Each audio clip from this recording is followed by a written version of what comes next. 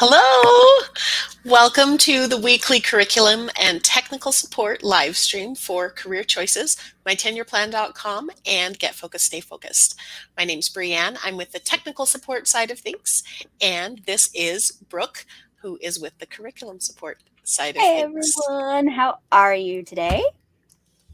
Welcome, welcome. I hope you're all having a great week. Today we are going to be talking about a few things, but the 3 reasons that you will want to stay until the end.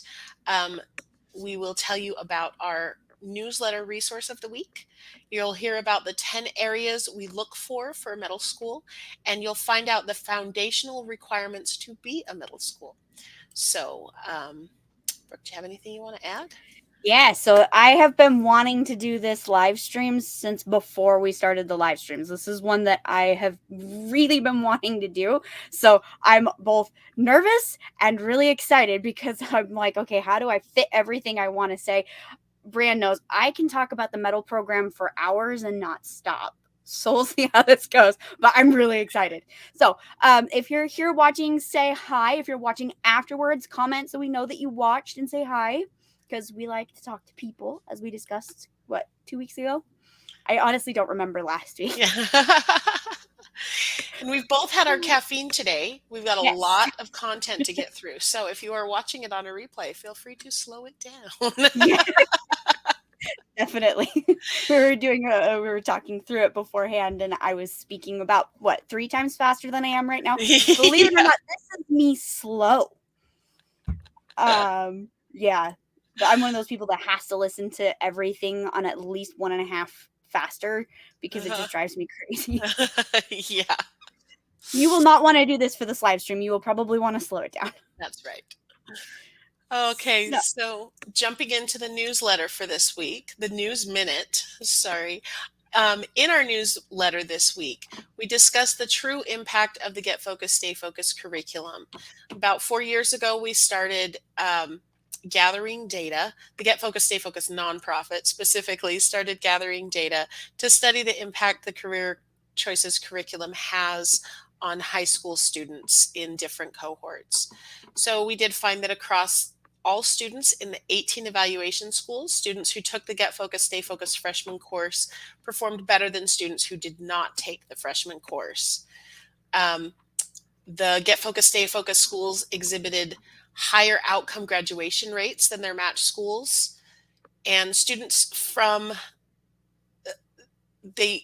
all of the comparisons produced positive program effects in suspension rates. So there are a few other things also that you can read about as far as this data goes. It is in our newsletter. If you don't subscribe to our newsletter, we will put the link in the chat after the live stream, and you can see it there. I think also, Brooke, don't you usually put a link to the web page of it? Okay, so we'll put that on there also. In addition, we have the resource of the week, and that is instructional strategies for independent study courses using the Career Choices and Changes online student edition. So at the request of our teachers, both because of the pandemic and because of other struggles that they have, we expanded and developed the careerchoices.com, Career Choices and Changes, and mytenureplan.com curriculum to meet the needs of the students who weren't able to attend traditional in-school classes. So we have the Career Choices and Changes text digitally embedded in my tenure plan. There's 64 instructional videos throughout that the students can watch. There are chapter quizzes that are digitally scored for them. There's reports to track the student engagement, all that kind of thing. So if you have students that maybe are needing help and they're needing to take the course and they're not in a traditional setting, this is a great option for you. So you can find that also in our newsletter. And today is being sponsored by mytenureplan.com. So we're going to have a moment for that.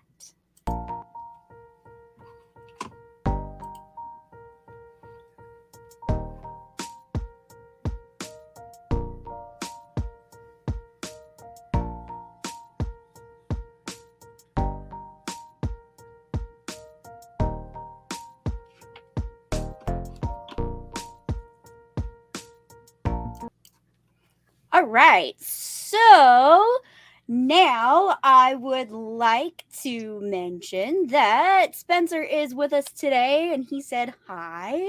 So, Hi, hi, Spencer. Spencer. We love having you on with us. It's like you're a member of the team. Um, and for those of you who don't know, Spencer actually is part of our medal program interviews. So if you have not met Spencer yet, you will get to do that most likely when we interview you to become a Career Choices Medal School, which is what we're discussing today. So Spencer is awesome. We went to the same alma mater, which is not shocking considering we're all from the same very tiny little but I actually was a fan of Spencer's work before he graduated from college and before we ever started working together. When Oh, wow. when he joined the company, I was really excited because I had followed some of his stuff that he had written um, about kind of a hot button topic, and we're not going to go into that, but the way that he handled things was amazing. So I huge fan of Spencer's work, and that has not changed since I've gotten to work with him. Anyway, so we have a lot that I'm going to talk about today. The first thing we are going to talk about with the medal school is where to find this information. First, you're going to find it in the chat below. As soon as we're done, I'm going to post like 15 links. So, if you don't want to do it the easy way, you can also go to the Teacher's Lounge. So, I'm going to go ahead and show you. This is how to create a medal winning program. So, there are 2 pages on the Teacher's Lounge. We have this one, which goes through the 10 different areas that we look at for the medal program. And we also have this one, which is the application page, which talks to you about the application process. So, before we really get into that, I want to talk to you about the why of the medal program. This is something that is a really big thing for our company. You know, it's all about the why. The program teaches students why school is important and why it's important to know what you're looking for in life. So, why do we have a Career Choices Medal program? Because we have done an extensive amount of research on all of the massive different ways that you can implement this program. Every single school implements this program differently. It's not one size fits all. It is adaptable to whatever your needs and your student needs are. It works for everybody. And so, but because of that, every program looks a little bit different depending on your demographic, depending on how the number of students that you have, depending on the number of people on your campus. Then, I mean, it goes on and on and on. And so we noticed that there were similarities between the programs that were getting results that we talked about with the data and the programs that were not getting results. And what we have done is we've built this program based on that. So, first thing that I want to say today is I don't care if you don't think you don't qualify for a medal. I want to talk to you anyway. Okay? This is a process to help you implement better. So, if you're interested in learning more about the things that we can help you with, if you're interested in learning more about different ways to implement, even if you just want a little bit of support, or if you just want the recognition that comes with getting a medal, all of those are great reasons to apply for the medal program, even if you don't feel like you qualify. We still want to talk to you. Can I jump in for a second? Yes. Um, Even if you don't qualify and Brooke does do the interview with you, it's very helpful for the curriculum and technical support team to kind of know, be able to talk to you and know what your program is like so that we can help you create those customizations for your program so that we can say, hey, you know what? This school over here has the same type of program you do. Maybe we can put you in touch with the teacher. Maybe we can give you some of their suggestions. Here's different ways to make your program succeed. So Exactly. even if you don't think you qualify, definitely talk to Brooke. Yes. And thank you, Spencer. Spencer's been working with me for the last 3, well, depending on if you count pandemic year, which was a little bit different or not, years on the medal program. So thank you, Spencer. And yeah, so just take the opportunity, go through the process. It doesn't take a long time. We're talking cumulative 45 minutes to an hour total to do everything. The process is pretty basic. You submit an intent to apply that lets us know that you're interested. Then you submit the needs assessment survey, which allows us to get more background information on your program, which, by the way, we want you to submit that anyway, so you might as well. And then we also have a 30-minute interview, which on occasion, if you would like, we can do a little bit longer, but we do try to keep these to 30 minutes where we discuss the details of your program and more in depth regarding these 10 different areas that I'm going to talk to you about now. So the first area that we discuss in the interview is course content. Do your students have everything that they need to be able to complete the course? Workbook, textbook, that sort of thing. Then we also include in this making sure that the students complete a 10-year plan summary page. And Brianne, can you tell me which activities flow into the 10-year plan summary page? Not specifically, but the type of activities. All of the keystone activities in my 10-year plan are what feed into the summary page. So those usually are designated by little keys. If you look on the activity, it will show a little key next to it. That is one of the keystone activities when you look in the side menu. Yep. Think of that word. Or in the workbook, that's the little graduation caps. Yes. Which I don't remember the official mortarboard. There we go. So those are the activities that are vital for the students to be able to complete the 10-year plan anyway.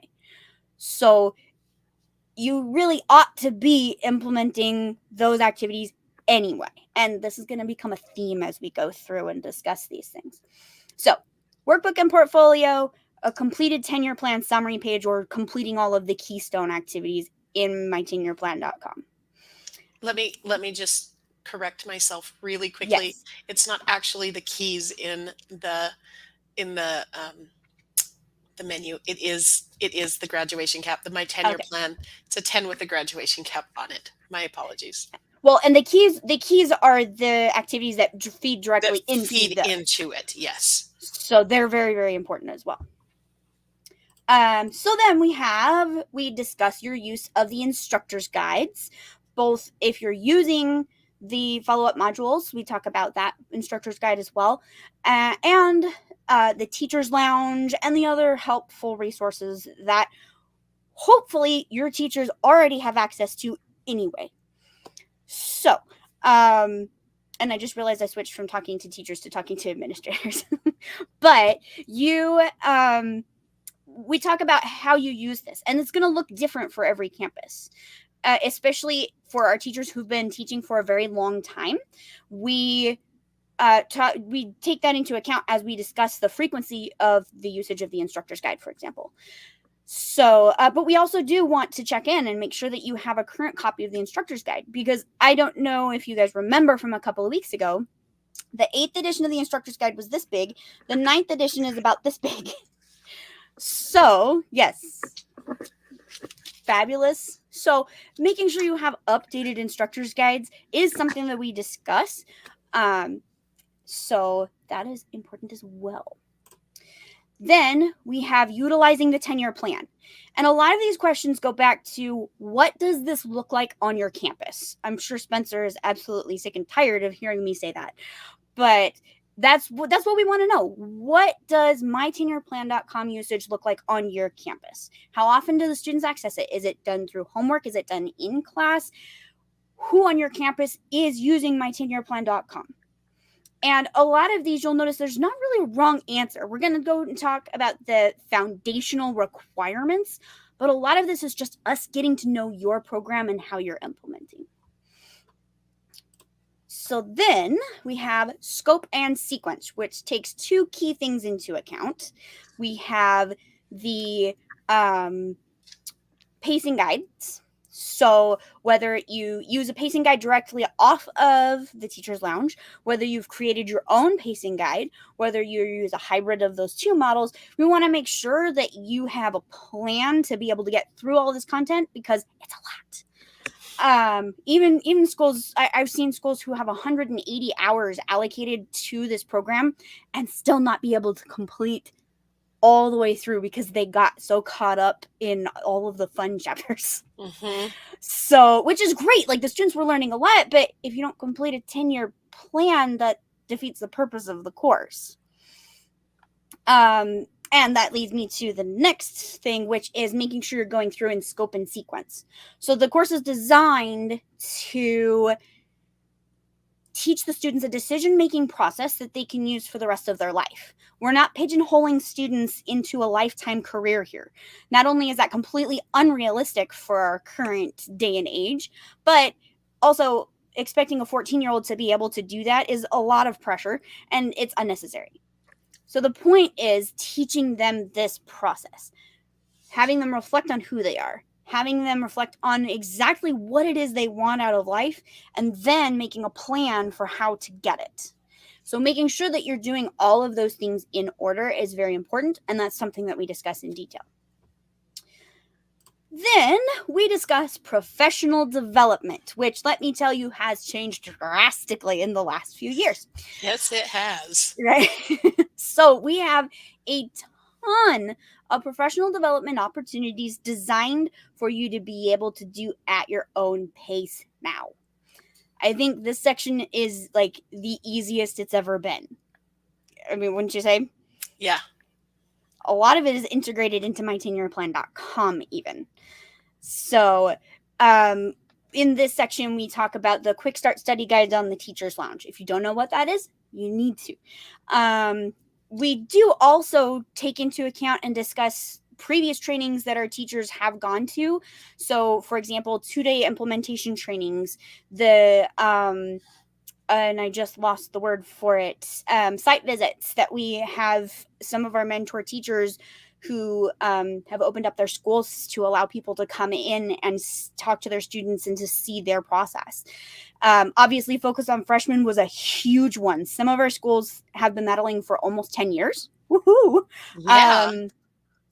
And so a lot of our schools, we haven't had Focus on Freshmen for a while, but that still takes into account because some of those teachers have been teaching, and we used to hang out with them at Focus on Freshmen. Yeah, absolutely. Of which I miss dearly. But, and then obviously Get Focused, Stay Focused at Santa Barbara. But now we have the professional development bundle. We have our live streams. We have all sorts of online options to be able to fill this requirement. So all of that goes into this.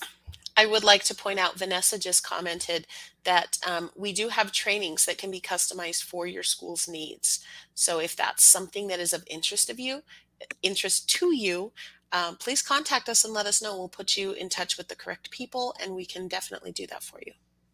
Thank you, Vanessa. That is awesome because, yes, making sure that you have the training that you need is a vital part of implementing well and being able to be a model school. So I feel like I talked about that one for a really long time. So these next three may seem similar, but they are. There are different aspects that we look at for each one. So this one, site leadership, we want to know how you are being supported at your school. What does the administration support look like? Do you have a principal who is completely on board, a vice principal? Do you have a chair over the career choices department? What does that look like at your school? Or are you a single teacher who has the support of a principal who knows what the course is, really wants it implemented, but doesn't have a whole lot of time to look at it because he doesn't even have an assistant principal? We have middle schools that are in both situations. So while we would love it if everybody had their own department for this course, That's not always the case. That doesn't mean you can't be a middle school, but we want to know what that looks like so we know how to support you. Yes. So another aspect of this is the school site executive. Brianne, would you be Yes. willing to talk to us about what the school site executive does? So the school site executive is the person, is kind of the point person at the school that is over the access to our online enhancements. So mytenureplan.com, the teacher's lounge, if you purchase a professional development premium bundle, we like to have one point person that is the person that we can be in contact with to say, how do we support you? So that person usually is responsible for adding teachers to mytenureplan.com and the teachers lounge, maybe setting up classes, helping them manage things on site if they have questions. The teachers are always able to call us and we will provide support, but we do like having somebody on site for them that they can contact in the event that we're not here or easily able to readily able, maybe it's a weekend and they can call their coworker and say, hey, this isn't working. But for the most, yeah, it's just one point person. And sometimes it's two. If you have a school where maybe it's a bit much for one person to handle that responsibility, bring in a buddy.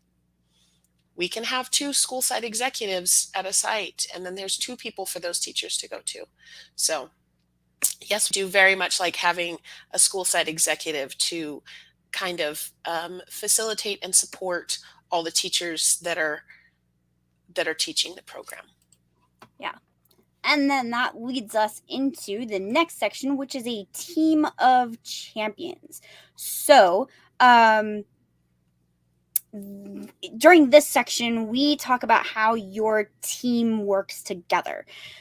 So when we say team of champions, what we generally mean is some sort of lead administrator, somebody with administrative responsibilities who also oversees the program at some level, the school site executive, which that was a fabulous description of, Brianne, and some form of lead teacher who is empowered to be able to help the other teachers on campus. So those are the three key people that we generally look for. And in this section, we talk about how often you meet together. Do you have planning time that you've been provided? What does the communication between the administration and the teachers look like? If you need something, are they available for you?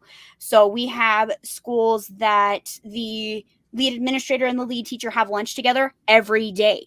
So that definitely is a perk, right? But then we also have schools where there's a chair over top of the department that the teachers work in, and they meet together once a month or once a quarter. Both options are great. It just depends on what your school looks like and how you're implementing. And sometimes one person has all three roles. That So happens too. every school is different. We do have some smaller schools where the principal is the teacher and the school site executive, and it's just all three. So It was yeah. a lot of work for this poor principal, but he was the one, he felt so strongly about this course and he wanted it to be implemented in a very specific way. So he taught the course himself. So yeah, that was an awesome situation actually. So it doesn't have to be a whole huge team. Also, it's easy to have lunch with yourself when you're, playing both roles. So then we have school-wide. Now we understand that this is a course. It can be a school-wide initiative.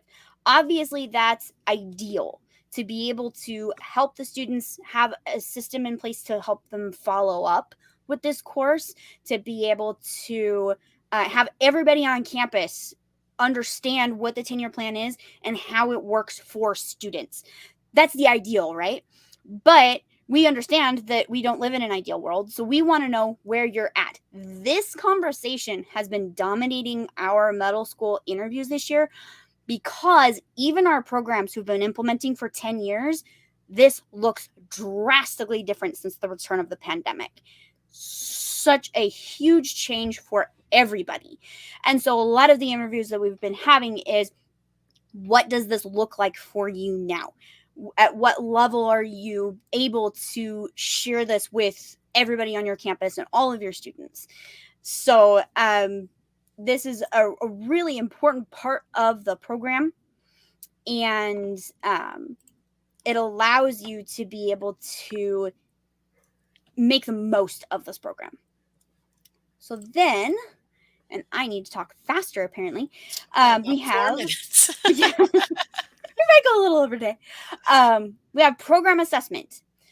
Key thing in this one, pre and post surveys. Brianne, would you like to tell me what you said when I said this the first time when we were talking about this?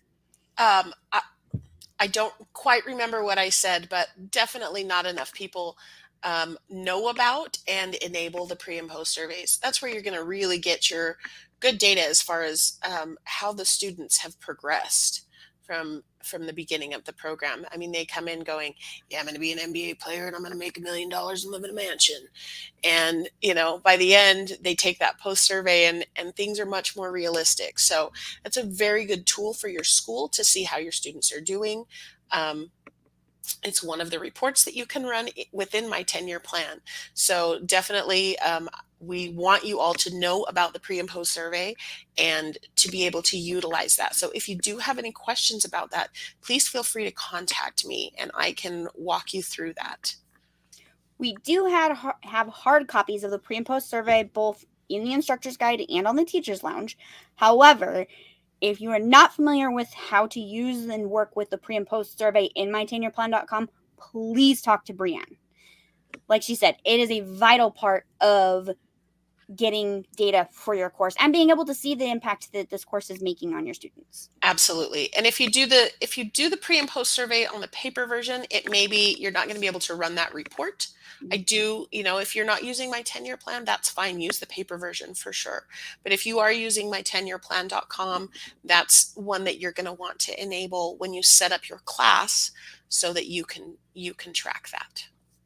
Yes. Another aspect of this is we talk about what other data you look at when you are analyzing the course, because we don't want you to take our word for it, to paraphrase somebody that I look up to very much. We firmly believe in this course. We know that the impact it has on students. We don't want you to blindly accept that. We want you to pull data. We want you to see the changes that this is making, not only on a qualitative level as you're having conversations with students, but hardcore quantitative analytical data. We want you to be able to see that and to be able to show that to people and to see the difference that it is making on your campus, because, and we just collected a whole bunch more data to back me up on this, it will make a difference if you implement this correctly. Absolutely. So, the last of our 10 areas that we discuss is community. How are you reaching out to the community? And this includes the community on your campus, the community off your campus, parents. A lot of people this year have talked about how they are bringing people in, maybe not physically, but on Zoom, bringing in people who can create an online community for these students. How are you connecting your students with the real world using this stuff? Because while this is great and while it will do them wonders to be able to learn this process, a huge part of careers is making those connections, and starting your students young is so important, as we have discussed on this live stream before. Now, I have 8 seconds. Okay, we're going to go a little bit over. So we're going to go through the foundational requirements. So these are the things, very quickly in a nutshell, that are required to be able to be considered as a medal school. Again, I don't care if you don't meet one of these requirements. I still want you to apply, or we still want you to apply to become a medal school, because we want to work with you on being able to implement this even better. So please give us that opportunity. So even if you hear one of these and go, "Oh, well, that's it," please apply anyway, because then we can get you to be a medal school for next year. Yes, let us help you and your students succeed. All right, so first, your administrator and your teachers have to have had some form of training, either online or in person, but there has to have been some form of training put in place for them, either before or after the course started being taught, but some sort of training is required. Then we do require that instructors are excited about teaching a program and invested in the program. We don't want this just assigned to whatever random teacher had time in their schedule. We want to see that the effort was put in to select teachers who would be good for this course. Next, some form of usage of the instructor's guide is required regardless of level of how long you've been using the course. Some form of usage of the teacher's lounge. We want to see some usage of the teacher's lounge. Having a pacing guide of some sort. Making sure that you work through the Career Choices textbook in a sequential format. Whether that's online or in the hard copy textbook, doesn't matter, but making sure that the students have a textbook and it is worked through sequentially. Making sure that you hit a minimum number of hours required for the course, which is very minimum. Depending on if you have for most courses, we require at least 60 hours of time devoted for this course, which is very minimum considering the size of the course that it is. Making sure that at least 75% of your students who take the course complete the tenure plan summary page, which we talked about what that means. Making sure that the students have access to a textbook. Making sure that the teachers using the course are using mytenureplan.com. To be considered for a Career Choices medal, you must be using mytenureplan.com. Making sure that the pre and post survey is provided. And that's it. So I know that might sound like a lot. It's really not. Those are basic things to make sure that when you implement this program, it's effective for you. So we covered a lot today. We're a little bit over time. I want to bring up one other thing. If you go to the teacher's lounge, pulling it up, you can go to the link that sends you here. So what this is our best practice webinars, which we've talked about a lot on this live stream because I want to see everybody at them. But these are recordings done from, I believe, 2 years ago. And these go into a lot more detail about specifically what we are looking at for each of these areas and exactly what it takes to be able to qualify in each of these areas. So if you cannot attend them live, you can find that on the Teacher's Lounge. If you need the link, let us know.